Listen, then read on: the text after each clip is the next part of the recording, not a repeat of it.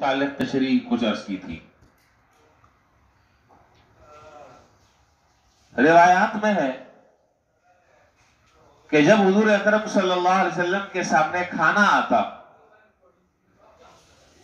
یا کوئی کھانے کی چیز آتی تو آپ یہ دعا پڑھا کرتے تھے۔ ایک تو وہ دعا ہے جو تقریباً ہر مسلمان کو یاد بھی ہوتی ہے اور ہم میں سے ہر آدمی پڑھتا بھی ہے، وہ آسان سی دعا ہے، بسم اللہ والا برکت اللہ۔ لیکن میں آج جس دعا کا ذکر کر رہا ہوں یہ وہ دعا نہیں، وہ ہے الحمدللہ الذی رزقنی من غیر حول منی ولا قوہ۔ مختصر سی دعا ہے، جامع دعا ہے، اور اس کو یاد کر لینا کوئی مشکل نہیں ہے۔ الحمدللہ الذی رزقنی من غیر حول منی ولا قوہ۔ اس دعا کا حاصل اور اس کا لب لباب اور اس کا خلاصہ یہ ہے کہ یہ دعا پڑھنے والا در حقیقت اس بات کا اقرار کر رہا ہے اللہ تعالیٰ کے سامنے کہ یا اللہ یہ جو نعمتیں آپ نے عطا فرمائی جو اس وقت میرے سامنے، اس نعمت کے حصول میں میرا ذرہ برابر کسی دستے بازو کا کوئی کمال نہیں، میری محنت اس میں نہیں، میری طاقت اس میں نہیں، میری قوت اس میں نہیں، میں نے مشقت جھیل کر اس کو حاصل نہیں کیا، یہ بغیر کسی استحقاق کے آپ نے یہ مجھے رزق عطا فرمایا۔ دیکھیے کھانا تو ایک کافر بھی کھاتا ہے، ایک مسلمان بھی کھاتا ہے، پینے کی چیزیں ایک کافر بھی پیتا ہے، ایک مسلمان بھی پیتا ہے۔ اس حد تک تو دونوں میں کوئی فرق نہیں ہے۔ ایک کافر کھانا کھاتا ہے وہ بھی صحت مند ہو جاتا ہے، ایک مسلمان کھانا کھاتا ہے وہ بھی اس کی جسمانی غذا اس کو حاصل ہو جاتی ہے۔ تو کھانا کھانے میں، پانی پینے میں، کھانے اور پینے میں دونوں میں کوئی فرق نہیں ہے ایک کافر اور ایک مسلمان میں۔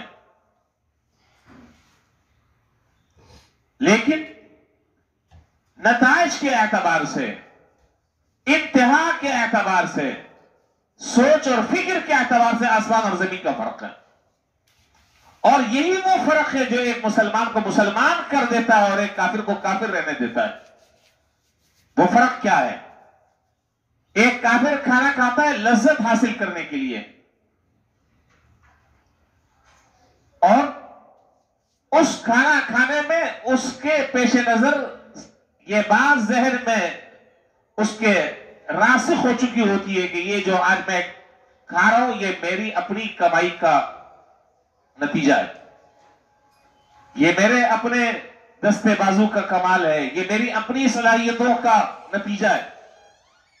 لیکن ایک مسلمان کھانا جب کھاتا ہے، اچھا یہ کافر جب کھانا کھاتا ہے تو ان ساری چیزوں کو ذہن میں رکھتا ہے کہ جی یہ میرا کمال ہے، یہ میں نے طاقت سے اور قوت سے کمایا، میں نے اپنی ذہانت سے کمایا وغیرہ وغیرہ۔ اس تمام کے تمام معاملات میں الیاذ باللہ اللہ تعالیٰ کہیں بھی نہیں ہے، اس درمیان میں اللہ تعالیٰ کہیں پر بھی نہیں ہے، ان کا کوئی بھولے سے بھی کوئی ذکر نہیں ہے۔ اور ایک مسلمان جب کھانا کھاتا ہے تو اس کے پیش نظر پہلے نمبر پر اس بات کا اقرار ہوتا ہے کہ اللہ آپ نے یہ رزق مجھے عطا فرمایا، آپ نے کھانے کی چیز یہ مجھے میسر کی، آپ نے یہ نعمتیں مجھے عطا فرمائی۔ ٹھیک ہے ہاتھ پاؤں میں نے چلایا، لیکن اس ہاتھ پاؤں میں طاقت کس نے دی؟ وہ آئیڈیاز جو دماغ میں آئے وہ کس نے ڈالے؟ اور میرا تو کام صرف اتنا سا تھا، صرف میرا کام تو اتنا سا تھا کہ میں نے دکان کھول لی اور دکان کھول کر اس میں سامان ڈال دیا۔ اگر آپ اس کو بھی اگر گہرائی سے دیکھیں تو ہر جگہ اللہ تعالیٰ ہی نظر آئیں گے، کوئی اور چیز نظر نہیں آئیں گے، ہر جگہ اللہ تعالیٰ نظر آئیں گے۔ بھائی دیکھیں مارکیٹ میں ایک آدمی جو ہے وہ تیل کا کام کر رہا ہے، اس کے دل میں یہ بات کس نے ڈالی کہ تم یہ تیل کا کام کرو؟ کون سی اس نے کانفرنس بلائی تھی، کون سی اس نے میٹنگ بلائی تھی دنیا کے بڑے بڑے عقل مندوں کو کہ وہ جمع ہو اور اس پر ریسرچ کریں؟ ایک کے ذہن میں بات ڈال دی کہ بھائی تم پرچون کی دکان کھولو، ایک کے ذہن میں بات ڈالی تم گوشت کی دکان۔ یہ اللہ کا ایک نظام ہے اس کائنات کا، کسی کے دل میں کوئی چیز ڈالی، کسی کے دل میں کوئی بات ڈالی، کسی کے دل میں کوئی بات ڈالی، کسی کے دل میں کوئی بات ڈالی. آدمی جو ہے وہ اس نے دکان کھول لی، سامان کھول لیا، چلے جی یہاں تک بھی ہو گئی بات.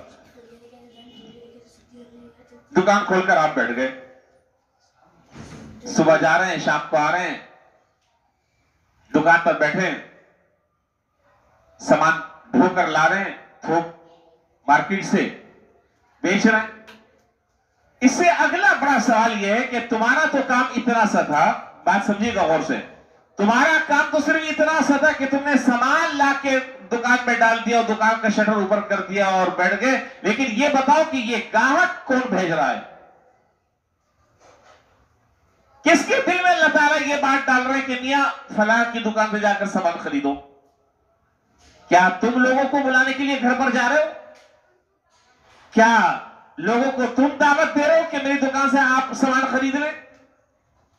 کوئی بھی دکان والا کسی آدمی سے نہیں کہتا کہ جی صاحب آپ میری دکان سے سامان لے لیں تاکہ کچھ شام تک کے مجھے کچھ روزگار مل جائے اور میرا کام چل جائے اور میری معاشی ضرورتیں پوری ہو جائے. نہیں، یہ جو دلوں میں بات ڈال رہے ہیں، دلوں میں جو اللہ تعالیٰ دل میں بات ڈال رہے ہیں کہ بھئی تم فلاں کی دکان سے سامان خریدو، تم فلاں کی دکان سے سامان خریدو، تو یہ گاہک جو ہے وہ آپ نہیں لے کر آ رہے ہیں، گاہک اللہ تعالیٰ بھیج رہے ہیں. اللہ تعالیٰ اس خریدنے والے کے دل میں ڈال رہے ہیں کہ میاں تم فلاں کی دکان سے خریدو. اور اگر آپ اس حقیقت کو بھی نظر انداز کر دیں اور اس سے بھی اگر آپ صرف نظر کر لیں تو یہ حقائق سے انکار کرنا ہوگا. یہ اللہ تعالیٰ کی نعمتوں کی کھلی ناشکری ہوگی، یہ کفران نعمت ہوگا. تو صرف آپ نے کام اتنا کیا کہ آپ گئے، دکان کھولی، سامان ڈالا، بس یہاں آ کر کام آپ کا ختم ہو گیا. اور اس کے بعد گاہک اللہ تعالیٰ دے رہے ہیں، اور پھر اللہ تعالیٰ اس آدمی کے دل میں یہ بات ڈال رہے ہیں کہ بھائی اس پیسوں سے فلاں فلاں چیز تم خریدو اور اپنی ضرورتیں پوری کرو وغیرہ وغیرہ. تو مسلمان کے ہر کام میں سب سے پہلے اگر تصور ہے کسی کا تو وہ کس کا ہے؟ اللہ تعالیٰ کا. تو یہاں جو دعا میں بتلا رہا ہوں اس دعا میں اس بات کا اقرار ہو رہا ہے کہ اللہ یہ جو رزق آپ نے مجھے عطا فرمایا، یہ رزق بغیر کسی استحقاق کے آپ نے مجھے عطا فرمایا، یہ میری طاقت اور قوت اور میرا کوئی کمال اور میرے دست بازو کا کوئی کمال اور کرشمہ نہیں. بسم اللہ پڑھ کر آتی اس نعمت کو کھاتا. اچھا جی، دوسری بات یہ ہے کہ جیسے کہ میں نے عرض کیا کہ ایک کافر بھی کھا رہا ہے، ایک مسلمان بھی کھا رہا ہے. تو کافر کے تو پیش نظر اللہ تعالیٰ کا کوئی تصور ہی نہیں ہے، الیاذ باللہ. مسلمان کا تصور جگہ جگہ جگہ جگہ جگہ جگہ اللہ نے مجھے یہ عطا فرمایا، اللہ نے میرے اندر طاقت رکھی، اللہ نے مجھے توفیق دی.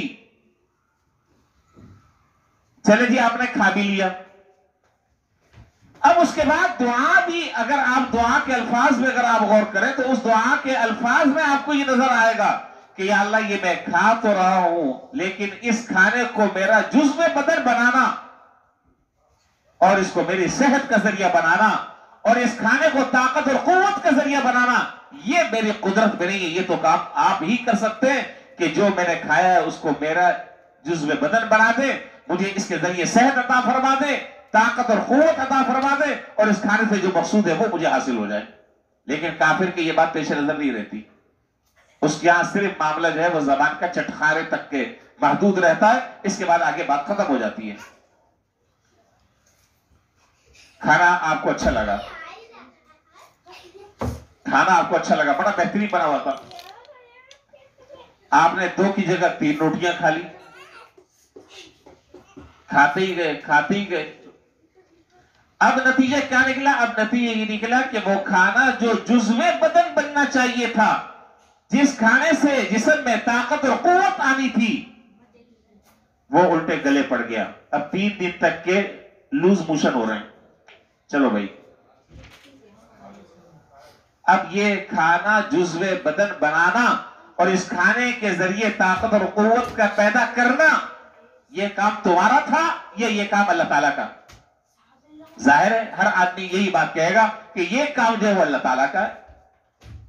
کون سا کھانا اس کے لیے مفید اور نافع ہے اور کون سا کھانا اس کے لیے بدہضمی کا ذریعہ بنے گا، اس کا فیصلہ میں اور آپ نہیں کر سکتے۔ لیکن اگر دعا پڑھ لی جائے تو اللہ تعالیٰ کی رحمت سے امید ہے کہ انشاءاللہ اس دعا کی برکت سے اللہ تعالیٰ اس کھانے سے، بدہضمی سے اللہ تعالیٰ بچا دیں گے، اس کے مضر اثرات سے اللہ تعالیٰ اس کھانے والے کی حفاظت فرما دیں گے، اس لیے کہ پہلے ہی لقمے پر یہ دعا کر رہا ہے کہ اللہ اس کھانے کو میرے لیے برکت کا ذریعہ بنا دیں، اس کھانے کو میرے لیے برکت کا ذریعہ بنا دے۔ اور یہ کھانا، اس کھانے کے حصول میں اور اس کھانے کے نوالے کو منہ تک ڈالنے میں میرا ذرہ برابر کوئی کمال نہیں ہے، یہ بغیر استحقاق کی یہ نعمت آپ نے عطا فرمائی ہے، اس پر میں آپ کا شکر ادا کرتا ہوں۔ آپ نے دیکھا ہوگا بہت دفعہ دیکھا ہوگا، آدمی کھانا کھا لیتا ہے، جتنا کھانا تھا اس لمٹ سے زیادہ کھا لیتا ہے۔ اب کیا ہے، اب نکاریں آنی شروع ہو گئی، چلو بھائی ایک 7 لاؤ، گیسبین کی گولیاں کھا رہے ہیں جی، حکیم صاحب کی پھکیاں لے رہے ہیں، چورن کھا رہے ہیں، کاربینہ استعمال کر رہے ہیں، اور خدا جانے لیمو کا پانی پی رہے ہیں، جو جس کے ذہن میں ٹوٹکے آ رہے ہیں۔ تو معلوم یہ ہوا کہ ہمارا تو کام صرف کھانا تھا، کھانا کھا لیا، لیکن اگر ان دعاؤں کو پڑھ کر اور اس دعا کا جو معنی اور اس کا جو مفہوم ہے اس کو ذہن میں مستحضر رکھ کر اگر پڑھ لیا جائے اور پھر کھانا کھانا شروع کیا جائے تو اللہ تعالیٰ کی رحمت سے امید ہے کہ انشاءاللہ وہ کھانا انسان کے لیے نقصان کا نہیں بلکہ تقویت کا اور فائدے کا ذریعہ اور سبب بن جائے۔ ایک بات تو یہ، دوسری بات،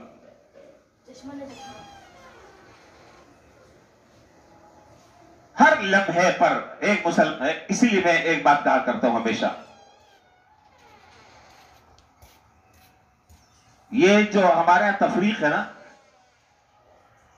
یہ دنیاوی کام ہے اور یہ دینی کام ہے، یہ دکانداری ہے، یہ نماز روزہ ہے، یہ مسجد کے الگ معاملات ہیں، کاروبار کے الگ معاملات ہیں۔ مسلمان کی نظر میں ان چیزوں میں کوئی تفریق نہیں ہے، کوئی تفریق نہیں، پوری ذمہ داری اور ایمانداری سے میں آپ کے سامنے بات کر رہا ہوں، کوئی تفریق نہیں۔ مسلمان کا ہر لمحہ عبادت بن سکتا ہے، ہر لمحہ، چاہے وہ دکان میں ہو، چاہے وہ ملازمت کر رہا ہو، چاہے وہ تجارت کر رہا ہو، چاہے وہ کھیتی باڑی کر رہا ہو، چاہے وہ کاروبار کر رہا ہو، چاہے وہ ملیں اور فیکٹریاں لگا رہا ہو، چاہے وہ نماز اور روزہ کر رہا ہو، قرآن کی تلاوت کر رہا ہو، یہ سب عبادت بن سکتا ہے۔ یہ تفریق تو ہم نے کی ہے کہ جی یہ وقت تو کاروبار کا اچھے خاصے دیندار لوگوں سے میں نے سنا ہے، جو کاروبار ہے، بھئی کاروبار ہے تو کاروبار کو کاروبار کے طریقے سے چلانا ہے، مسجد میں آ گئے تو اب اسٹائل چینج ہو گیا، اب سوچ تبدیل ہو گئی ہے، اور دکان میں تو ہم آزاد ہیں۔ مسلمانوں کیا اس کا کوئی تصور نہیں چیزوں کا، یہ سارے کام کہ جس کو ہم ایک محض دنیا کا کام سمجھتے ہیں، تجارت ہے، ملازمت ہے، زراعت ہے، دیہاڑی پر آدمی کام کر رہا ہے، کئی مزدوری کر رہا ہے، وغیرہ وغیرہ، ہم مان اس کو دنیا کا کام سمجھتے ہیں۔ اسی لیے بزرگوں نے فرمایا کہ یہ سارے کے سارے دنیا کے جو کام ہیں، یہ سارے کے سارے دنیا کے کام دین بن سکتے ہیں، صرف ایک شرط کے ساتھ کہ زاویہ نگاہ تبدیل ہو جائے۔ نہیں سمجھے بات آپ؟ زاویہ نگاہ تبدیل ہو جائے، بس۔ جتنی دیر آپ ٹھیلے پر بیٹھے ہوئے، جتنی دیر آپ دکان پر بیٹھے ہوئے، 8 گھنٹے اور 12 گھنٹے جتنی دیر آپ ملازمت کر رہے ہیں، یقین جانے سب عبادت بن سکتا ہے، سب ثواب لکھا جائے گا۔ یہ سارا بیٹھنا اجر اور ثواب سے خالی نہیں ہے۔ نیت درست ہو، طریقہ درست ہو، نماز پڑھ رہے ہیں یہ بھی عبادت، دکان میں بیٹھ رہے ہیں وہ بھی عبادت، اپنے بچوں کے لیے رزق حلال کے لیے سرگرداں آدمی پھر رہا ہے وہ بھی عبادت، مشقت جھیل رہا ہے وہ بھی عبادت، دھوپ اور چھاؤں برداشت کر رہا ہے یہ بھی عبادت۔ تو صرف زاویہ نگاہ بدلنے سے یہ دنیا دین بن جاتی ہے، صرف زاویہ نگاہ بدلنے سے نیت تبدیل ہو جاتی۔ اب نیت بھی نہیں کرتے تو یہ اس مٹی کو سونا بنانا یہ ہم سب کے اختیار میں ہے۔ یہ ہمارے اختیار میں ہے، ہم نیت کر لیں، صحیح طریقے سے اس کام کو انجام دیں، اور جس کام میں جو نیت کرنی چاہیے اس طریقے سے اس نیت کر کر وہ کام کریں، یقین کریں کہ یہ سب عبادت لکھا جا رہا ہے، سب اجر اور ثواب لکھا جا رہا ہے، کوئی دنیا داری نہیں ہے۔ تو کافر کی جو ایک سوچ ہوتی ہے وہ سوچ یہ ہوتی ہے کہ یہ مال میں نے کمایا، میں بڑا زبردست ذہین اور فطین اور لائق ترین آدمی تھا، یہ میں نے پلاننگ کی ہے، اس کے نتیجے میں یہ مال مجھے ملا ہے، وغیرہ وغیرہ۔ قرآن کریم میں اللہ تعالیٰ نے قارون کا ذکر کیا ہے، 20ویں پارے میں پورے ایک رکوع ہے، ان قارون کان من قوم موسیٰ فبغى علیہم، آخر تک۔ اس آیات میں دو مختصر سی آیات کے جو ٹکڑے ہیں میں اس کا حوالہ دینا چاہوں گا۔ اللہ تعالیٰ نے قارون کو کتنا مال دیا تھا؟ کتنا؟ اس کو قرآن نے بیان کیا ہے، وَآتَيْنَاهُ مِنَ الْكُنُوزِ مَا إِنَّ مَفَاتِحَهُ لَتَنُوءُ بِالْعُصْبَةِ أُولِي الْقُوَّةِ۔ اتنا مال دیا تھا، یہ قرآن بیان کر رہا ہے کیا؟ کہ قارون کو اللہ تعالیٰ نے جو خزانے دیے تھے، ان خزانوں کی جو چابیاں تھی وہ عام آدمی ان چابیوں کو نہیں اٹھا سکتا تھا، اس کے لیے بڑے بڑے لہیم شہیم اونٹ، ایک مضبوط جماعت، وہ اس کی چابیوں کے بوجھوں کو اپنے اوپر لادتی تھی۔ تو جس خزانوں کی چابیاں لادنے والی ایک جماعت ہو، خزانہ کتنا ہوگا؟ خزانہ کتنا ہوگا؟ اس کی کوئی لمٹ ہوگی؟ اس کی کوئی انتہا ہوگی؟ نہیں۔ تو جب لوگ قارون کو دیکھتے تھے، جب لوگ دیکھتے تھے تو کیا کہتے تھے؟ قرآن نے وہ جملہ بھی نقل کیا، منہ میں ان کے رال ٹپکتی تھی، اور کیا کہتے تھے؟ یا لیت لنا مثل ما اوتی قارون انہ لذو حظ عظیم۔ 20واں پارہ دیکھ لیجئے گا، کیا کہتے تھے؟ اے کاش قارون کو کیا دیا ہے، قارون کو کتنا اللہ تعالیٰ نے دیا ہے، انہو لذو حظ عظیم، وہ تو بڑا نصیبوں والا ہے۔ کیا کہنے اس کی قسمت کو، اس کی قسمت پر لوگوں کو رشک آتا تھا، دیکھتے تھے رائے ٹپکتی تھی، کتنا نصیبوں والا ہے، کتنا خوش قسمت ہے، کتنا اللہ تعالیٰ نے اس کو دیا ہے، کاش کہ ہمارے پاس بھی ہوتا۔ آج بھی قریب سے 50 والے کے قریب سے کوئی لینڈ کروزر گزر جائے اور ٹو ٹانٹی باجا بجانے والی گاڑیاں گزر جائے تو آدمی کہتا ہے یار کتنا بڑا آدمی ہے، کیا اس کے نصیبوں کا کہنا، کیا اس کے۔ آپ یہ جو بسا اوقات ایسے لوگوں کو دیکھ کر منہ میں پانی آتا ہے، ذرا اندر سے ان کی کہانی تو ذرا کبھی پوچھے، پتہ چل جائے گا۔ کبھی ان سے کہانی پوچھے اندر کی، ہاں بھائی اپنی آپ بیتی ذرا سناؤ کیسی گزر رہی ہے۔ جب وہ آپ کو بتائیں گے، یقین کریں آپ سے بڑا بادشاہ کوئی نہیں ہوگا، میں بڑے دعوے سے کہہ رہا ہوں۔ جتنی نعمتیں اللہ تعالیٰ نے آپ کو دی ہیں اور کس کس طریقے سے وہ نعمتوں کو آپ استعمال کر رہے ہیں کھلے طریقے سے،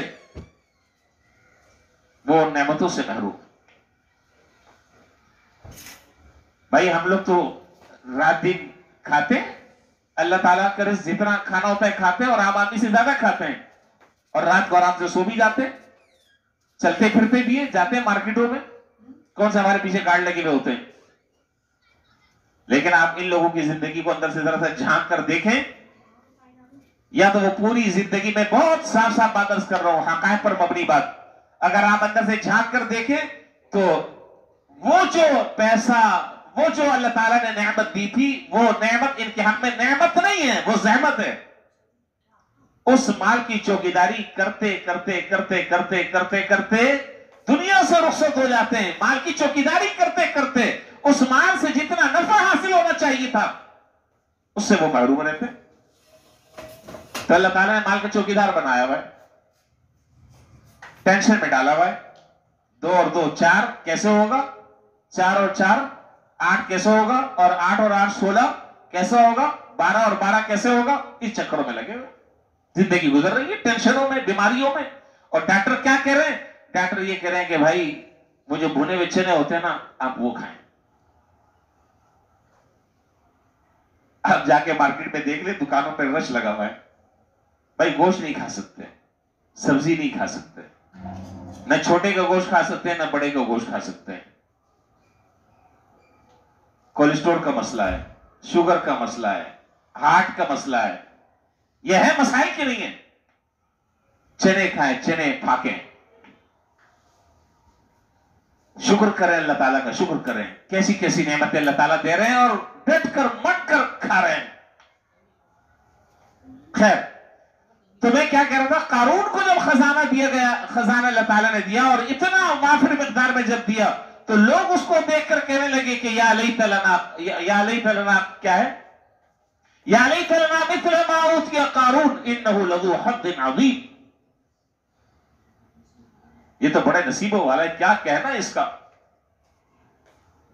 وقال الذین، اچھا اور کیا نام ہے، قارون بھی یہ سمجھتا تھا، جیسے کہ میں نے بھی عرض کیا، قارون بھی یہ سمجھتا تھا کہ یہ سارا کچھ اللہ تعالیٰ نے نہیں دیا، بلکہ یہ میرا کمال ہے، یہ میری ذہانت ہے، یہ میری صلاحیت ہے، یہ میرے دستے بازو کا کمال ہے، یہ میری طاقت اور قوت کا نتیجہ ہے، یہ میری سوچ اور فکر کا نتیجہ ہے. تو کیا کہتا تھا، قال انما اوتیتہ علی علم عندی، قال انما اوتیتہ علی علم عندی. یہ کہتا تھا کہ یہ سارا کچھ میرے علم کا اور میری صلاحیتوں کا کمال ہے. نتیجہ کیا نکلا، میں مختصر بات کر رہا ہوں، ٹائم ہو رہا ہے. خلاصہ کیا نکلا، فخسفنا به وبداره الارض. ان خزانوں کے ساتھ اللہ تعالیٰ نے اس قارون کو، خزانوں کے ساتھ اللہ تعالیٰ نے زمین میں دھسا دیا. ختم، ایک قصہ پاری نا بن گیا. اور آج قیامت تک کہ یہ کب واقعہ پیش آیا ہے، ہم اس کی مثال دے رہے ہیں، قیامت تک کے لوگ اس کی مثالیں دیتے رہیں گے. آج وہ ایک عبرت کا سامان بن گیا ہے، عبرت کا سامان بن گیا ہے. نہ وہ خزانہ کام آیا، نہ وہ مال کام آیا، نہ وہ دولت کام آئی، نہ وہ سوچ کام آئی، نہ وہ فکر کام آئی. سب ختم، ملیا پیٹ. زمین میں اللہ تعالیٰ نے اسی طریقے سے دھسا دیا. قیامت تک کے آنے والے لوگوں کے لیے عبرت کا سامان چھوڑ دیا. اور بتلا کیا بات بتلا دی؟ بتلا دی یہ بات کہ دیکھو، جب کوئی نعمت تمہیں مل جائے تو سب سے پہلے ذہن اس نعمت کے دینے والے کی طرف تمہارا منتقل ہونا چاہیے. بات سمجھ رہے ہیں؟ سب سے پہلے جو نعمت ملے اس کا ادنا شکر یہ ہے کہ زبان سے بھی شکر کرو اور ذہنی طور پر اس بات کے لیے آمادہ رہو کہ یہ اللہ تعالیٰ نے بغیر کسی استحقاق کے مجھے یہ نعمت عطا فرما دی ہے. شکر کرو گے، دیکھو کیسے. بخاری شریف میں حضرت ایوب علیہ السلام کا واقعہ لکھا ہے. حضرت ایوب علیہ السلام اللہ تعالیٰ کے بڑے جلیل القدر نبی گزرے ہیں. 23ویں پارے میں بھی ان کا تذکرہ ہے. وَاذْكُرْ عَبْدَنَا ایوب، ان کی بیماری کا تذکرہ ہے. تو حضرت ایوب علیہ السلام، بخاری میں روایت ہے کہ آپ جو ہے ایک مرتبہ غسل فرما رہے تھے. میں بنیادی طور پر بات کیا بتانا چاہ رہا ہوں؟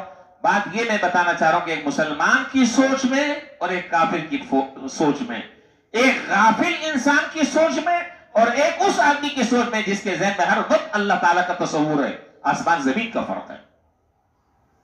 لہذا جب آسمان زمین کا فرق ہے تو نتائج بھی بالکل الگ الگ ہیں، اس کے ثمرات بھی بالکل الگ الگ ہیں. حضرت ایوب علیہ السلام کا واقعہ ہے بخاری میں کہ وہ نہا رہے تھے، تو نہانے کے دوران جو ہے آسمان سے سونے کی تتلیاں گرنی شروع ہو گئیں. سونے کی تتلیاں. اور ابھی یہ دلیل لینے جائیں، آج کے اخبار میں